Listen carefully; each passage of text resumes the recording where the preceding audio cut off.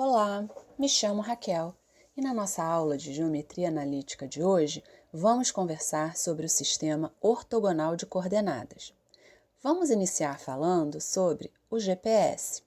Esse sistema é amplamente utilizado nos dias atuais, pois ele fornece a nossa localização na superfície da Terra utilizando satélites. Vários aplicativos utilizam o GPS para encontrar a nossa localização. O Google utiliza a nossa localização para filtrar as respostas das nossas buscas. Os aplicativos de mapas, aplicativos de transporte de passageiros e por aí vai. Mas como funciona o GPS? O GPS é composto por uma rede de 24 satélites que orbitam na Terra. E eles funcionam ao mesmo tempo.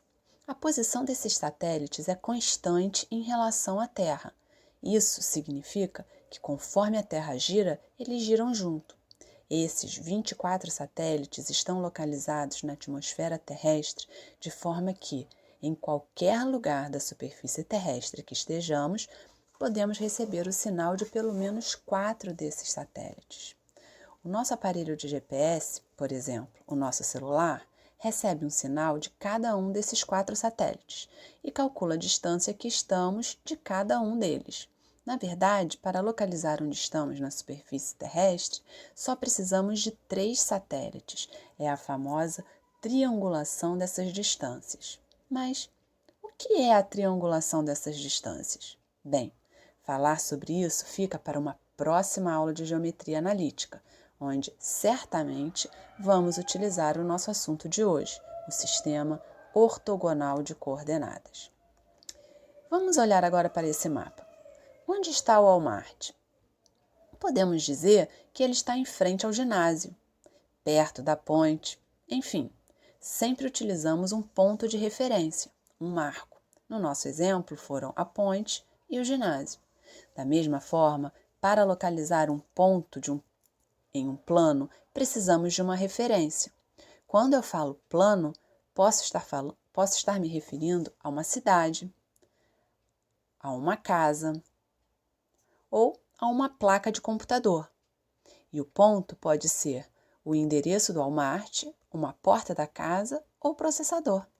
Enfim, podemos modelar as mais diversas regiões do plano e querer localizar e até determinar outras características dos seus objetos, que modelaremos por pontos. Mas como construímos o nosso plano? Sabemos da geometria que 2 retas determinam um plano. Então, vamos utilizá-las?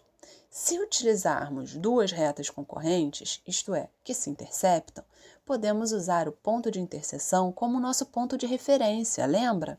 Então, vamos lá. Queremos localizar um ponto no nosso plano.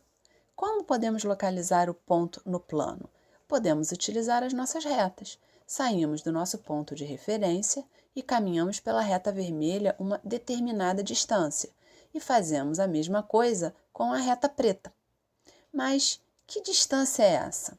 Para resolver esse problema, podemos colocar os números nas retas com a ajuda de uma régua. Convencionou-se que colocaremos uma seta indicando o sentido em que os números aumentam. Nossas retas viraram agora os nossos eixos coordenados. Para facilitar, vamos colocar os 2 zeros na interseção entre os eixos, isto é, vamos interceptar os eixos coordenados nas suas origens. Convencionou-se que o ângulo entre as retas seja de 90 graus, isso é, que os eixos sejam perpendiculares. Isso facilita a indicação da localização de um ponto e as contas que faremos. Chegamos, desta forma, ao nosso sistema ortogonal de coordenadas. O eixo coordenado horizontal é chamado de x e o vertical de y. Chamando o nosso ponto P, o localizamos no plano em termos das suas coordenadas, que nesse caso são 2 e 2. O plano coordenado é dividido em 4 partes, que recebem o nome de quadrantes. Então, temos o primeiro, o segundo, o terceiro e o quarto quadrante. Já sabemos localizar pontos no plano. Será que saberemos calcular a distância entre eles? Vamos traçar paralelas nos eixos coordenados x e y da seguinte forma. Como essas retas são paralelas aos eixos coordenados, sabemos que elas também são ortogonais.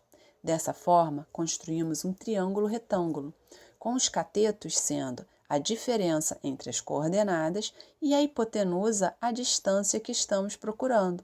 Podemos, então, utilizar o Teorema de Pitágoras para calcular a distância procurada. Muito obrigada e até uma próxima aula!